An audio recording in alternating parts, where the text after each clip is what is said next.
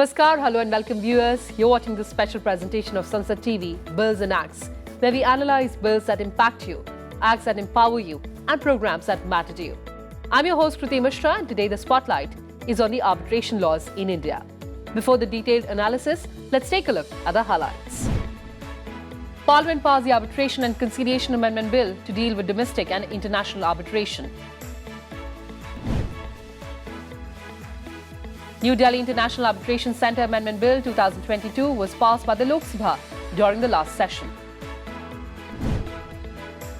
The aim is to make India a hub of international commercial arbitration. Well, arbitration is a procedure in which a dispute is submitted by agreement of the parties to one or more arbitrators who make a binding decision on the dispute. In choosing arbitration, the parties opt for a private dispute resolution procedure instead of going to the court. Most foreign investors choose arbitration as the dispute settlement mechanism in their contracts, with the seat of arbitration being in a neutral country.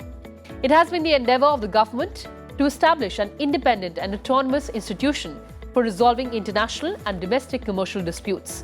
In this regard, a high-level committee headed by Justice B.N. Sri Krishna, former judge of the Supreme Court of India, was constituted in the year 2017. And for deeper insights on the laws, I'm joined by an illustrious panel of guests in the studio. Joining us, Justice Geeta Mittal, former Chief Justice of Jammu and Kashmir High Court. Also joining us, Dr. Sasmit Patra, Member of Parliament, Rajya Sabha. He represents the BJD. And also joining us in the studio, Mr. Kirit Javali, Co-Chair, Law and Justice Committee, PhD Chamber of Commerce and Industry. Also joining us in the studio, young and vibrant audience. I welcome all of you on Sansad TV and thank you so much for joining us. And Justice Mittal, let me begin the program with you. Talking about pendency of cases in India, we have 21 judges per million population. The pendency has breached the 4 crore mark. When you talk about alternate dispute resolution, how important is it to declog our justice system? In my view, and it's been my considered view even when I was on the bench, alternate dispute resolution is not an alternative only to judicial areas. It is a forum which parties choose. It includes arbitration, mediation, conciliation, and in India we also have Lok Adalats. There's a statutory enactment by the name of Lok Adalats Act, all of which are very entrenched systems of alternate dispute resolution mechanisms in India. The purpose is to incorporate into the justice delivery system the dispute resolution system mechanisms which enable parties to take control over the disputes, choose how they want the outcome to result. Arbitrations enables them to decide on who will decide their dispute. The choice of arbitration over the other mechanisms is because the outcome thereof, an award, has a binding nature by virtue of the existing statutory regime. Mediation enables 2 warring parties to sit together with a facilitator to come out a mutually resolved outcome.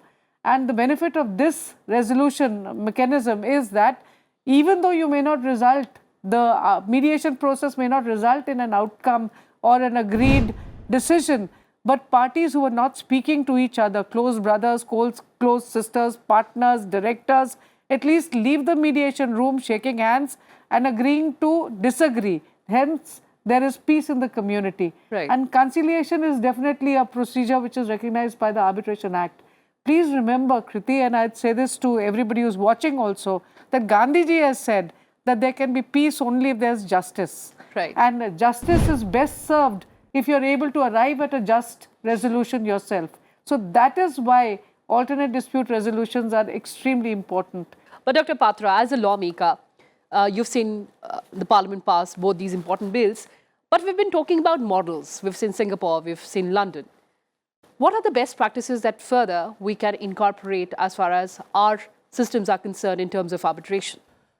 I firstly say that we are slightly late in the day of coming into the arbitration space as a nation. If you look at various arbitration centers, we're talking about the New Delhi International Arbitration Center, which is now going to be renamed as India International Arbitration Center. So somewhere we are slightly late into the game, but better late than never. If you look at the kind of space that we are into in arbitration, Singapore is a very good model. So also the US model and the London model that are there. But more than that, I think somewhere India has, or the lawmaking has taken into consideration the UNCTRAL model that actually exists, and the New York Convention, which has specified some specific measures by which we can undertake that. Because there has to be some common understood practices that should be met by the law itself, so that if you're having an international arbitration, you would be in a position to actually grow confidence in those international entities who are coming on your soil and undertaking arbitration. That's one. Second is, the law itself is very young at this moment. It will go through a lot of changes and phases. And as the mediation law also comes in, right now the Standing Committee on Law and Justice has already cleared it, have tabled the report on Parliament. Hopefully in the winter session we'll have the mediation bill also coming in. And with the mediation bill again becoming a law, you'll have another line, as the Honorable Justice has already said.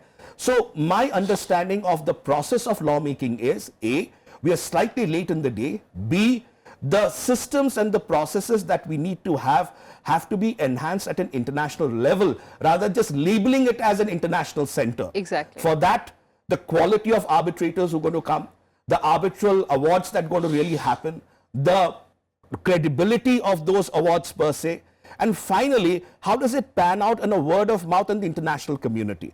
I think all of that over a period of time will pan out. And as we grow, because I would again say, let's not jump the gun and say we have arrived. We have just started. And right now, by having this international center, we're trying to provide some sense of structure.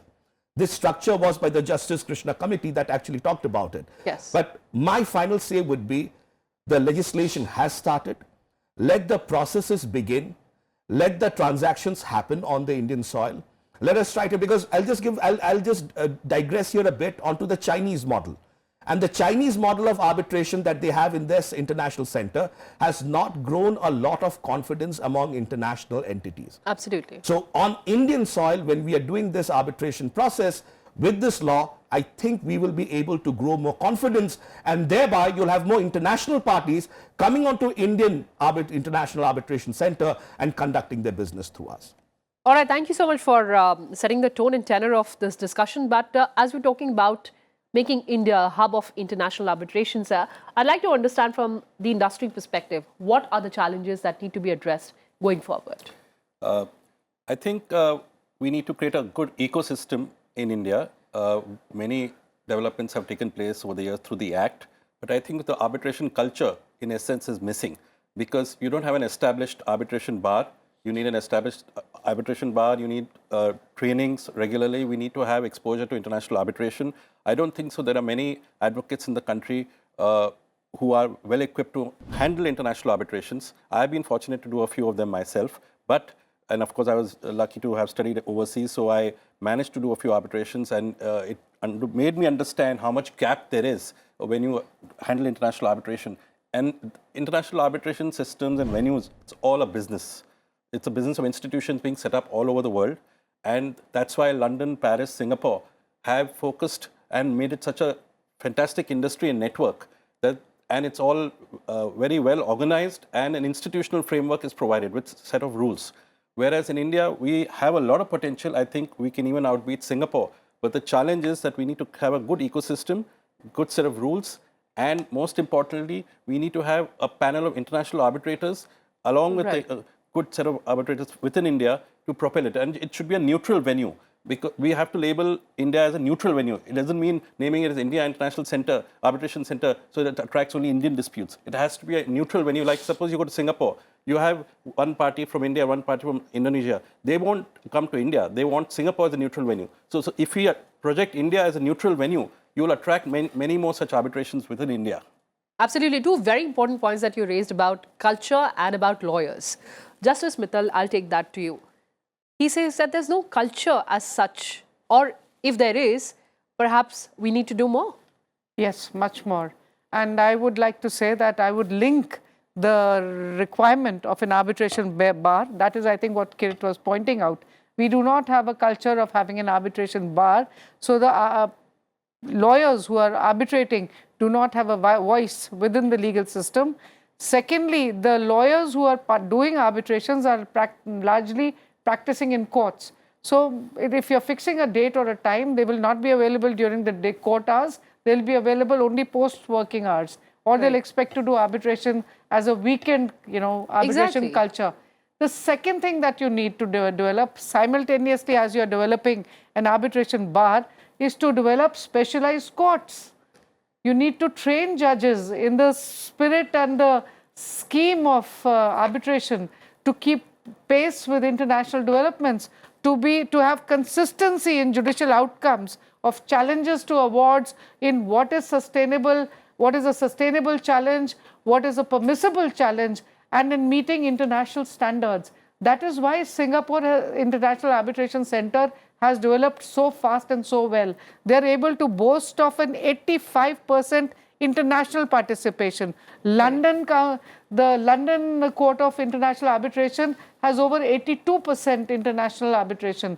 So if you want to develop arbitration, or India as a hub of international arbitration and domestic arbitration, you not only need to develop an arbitration bar, but you need to concentrate on equipping judges to cope with the requirements of, just like you've done for intellectual property. Exactly. We have courts labeled as commercial courts, but you need specialized arbitration courts if you want to, and it is absolutely imperative to instill investor confidence. I would like to point out also is the fact that all these centers that you're talking about and wanting to compare what India is going to put in place are autonomous, independent bodies. There is no government control or influence. Right. Please remember that government is the major litigator in the courts in India. Absolutely. And it is facing major challenges in arbitration proceedings across the globe.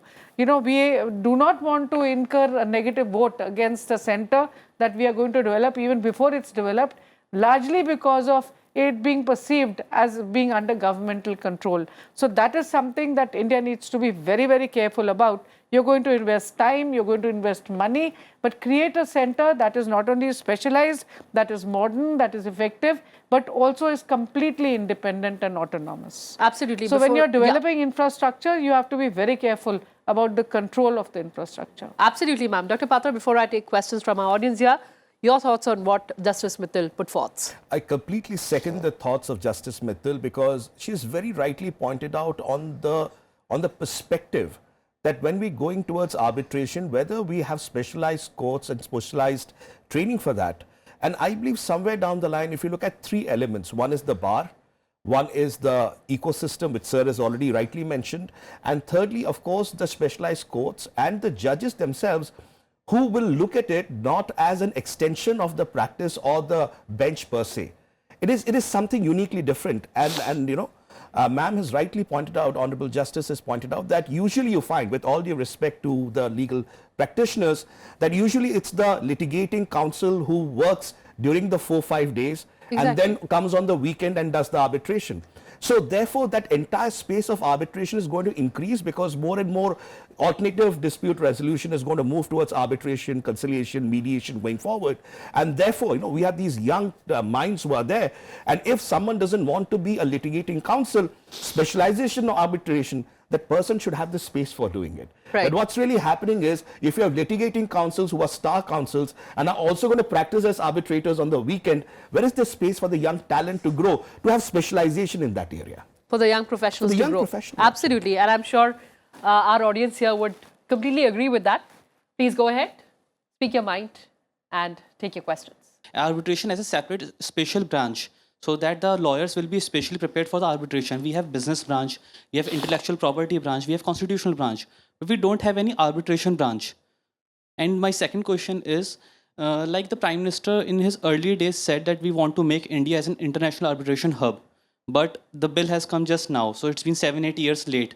So what about the infrastructure? Will it get also the delay, 7-8 years delay? We arrive, everything we do, we arrive very late. So are we late in this also? Ma'am, would you take that one about having it in academics? No, I agree with you completely. It's important, the earlier 1940 Act was a very small piece of act. Today, arbitration, or rather alternate dispute redressal, needs to be taken up as a subject and maybe an elective course for children who want to study it. And it is very important. You've made a very important point, and I hope the parliamentarian with us will take note of it. If it can be incorporated in the legal education policy. Absolutely. Responding to the first point that ma'am has made, just want to make this small addition, and this is something on legal education. You have moot courts where you go and practice, as a litigating counsel. And most of you do not end up litigating. That's also a reality. Many of you go into organizations, work into law firms, or do arbitration. Apart from moot courts, you should also have a segment which should talk about arbitration proceedings that you've rightly mentioned. Whether it can be dealt as a branch of discipline within that, like you have commercial law, administrative law, arbitration process. It's more about the proceedings and the nuances of those proceedings which are so different from the court craft that really follows. So, of course, that should be, and the sensitization as you get in a moot court should also be done in terms of arbitration proceedings. Coming to the point on infrastructure, I completely agree with you, and that's what I started with, that we have arrived a little late into the scene. But as I said, better late than never. Yeah. I do hope that the government and the government's intent you can understand, and though I don't form or come from the government per se, but I can tell you very honestly that the mediation bill, when it came for discussion, it came to the standing committee. The intent of the government was very clear. The intent was, let's pass the mediation bill, let's turn it into a law. We have arbitration and conciliation, we'll have mediation. So all these ADRs that will come in will really help declog the legal system. Absolutely. And just for the information of our viewers, Dr. Patra is also the member of the Committee on Personnel Law and Justice. So going ahead, let's take another question now. This bill was passed in 2019, and in 2022 only name was changed from New Delhi to International Arbitration Center. But sir, many member of parliament, when this discussion was going in Lok Sabha, cautioned about this working, that changing name is not everything. And many parliamentaries also asked questions that we are comparing this from Singapore, London, but what about working?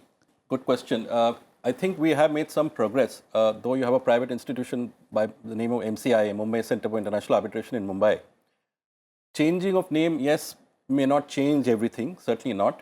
But I think the whole ecosystem, as I mentioned, is important, right from training, accreditation of arbitrators, how continuous teaching facilities will take place within the lawyer community, within new students who want to take arbitration as a career. So there's a long way to go, but yes, if it has done in a structured manner, we can eventually lead it to an established arbitration bar. And the reason why it was changed to India International Arbitration Center is to basically promote international arbitration. Yes, but because there's already a Delhi International Arbitration Center set up in the Delhi High Court.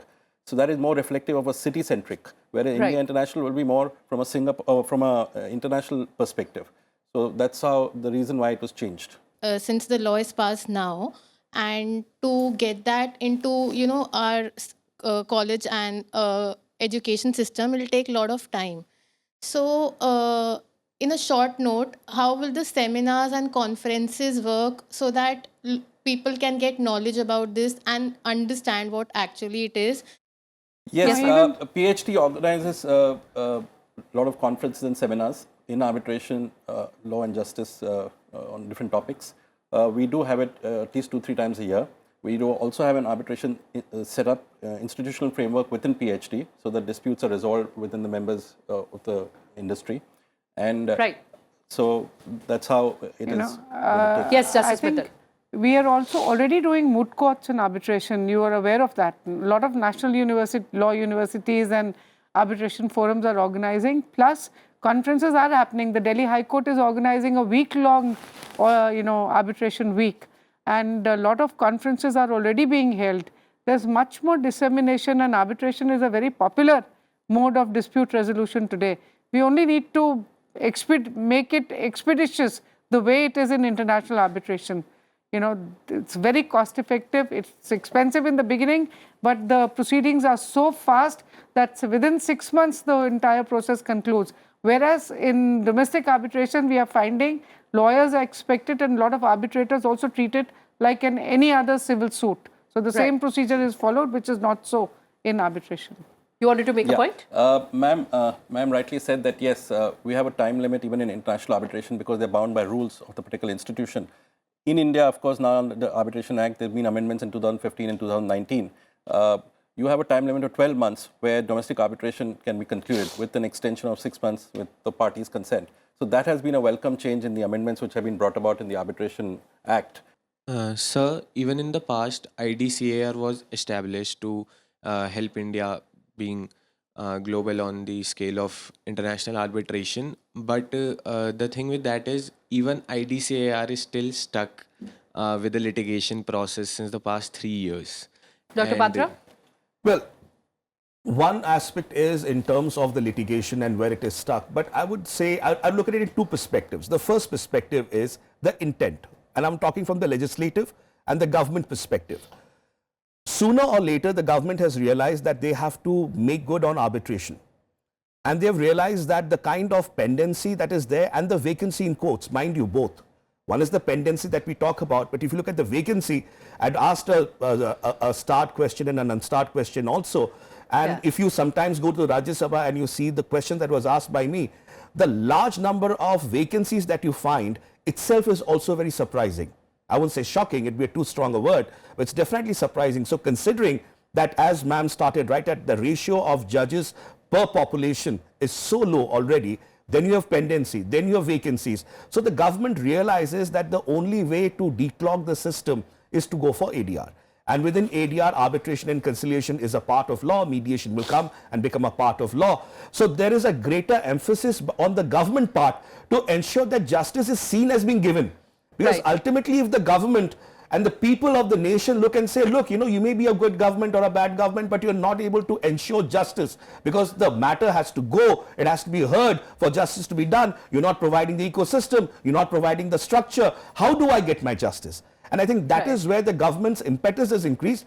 Secondly, I would say, is the challenge to arbitral awards and the credibility of the arbitral awards and whether they are challenged. In the Indian system, what's happening is, if you look at even, and I'm digressing towards NCLT and NGT and others, even if there is a certain award given, it immediately goes back to the Supreme Court and again gets clogged. Exactly. So you have the NCLT, NCLAT, you get all through that, then you go to the Supreme Court again. So ultimately you again go back into it. So the idea is, how can the arbitration ecosystem ensure that the arbitral awards are done in such a manner which is so acceptable that people again do not make the rules that, okay, whatever is the arbitral award, I'll anyway go to the judiciary. So then the purpose of arbitration is lost. I think that is something that Sir and Ma'am have rightly said. The Singapore and the London and the Paris models have shown so much of confidence that people do not go and challenge those arbitral awards. And that's a key. I think I'd like to end that show on that note only. Justice Mittal, the credibility of arbitral awards. I just wanted to add a line that in the institutional arbitrations, like the ICC,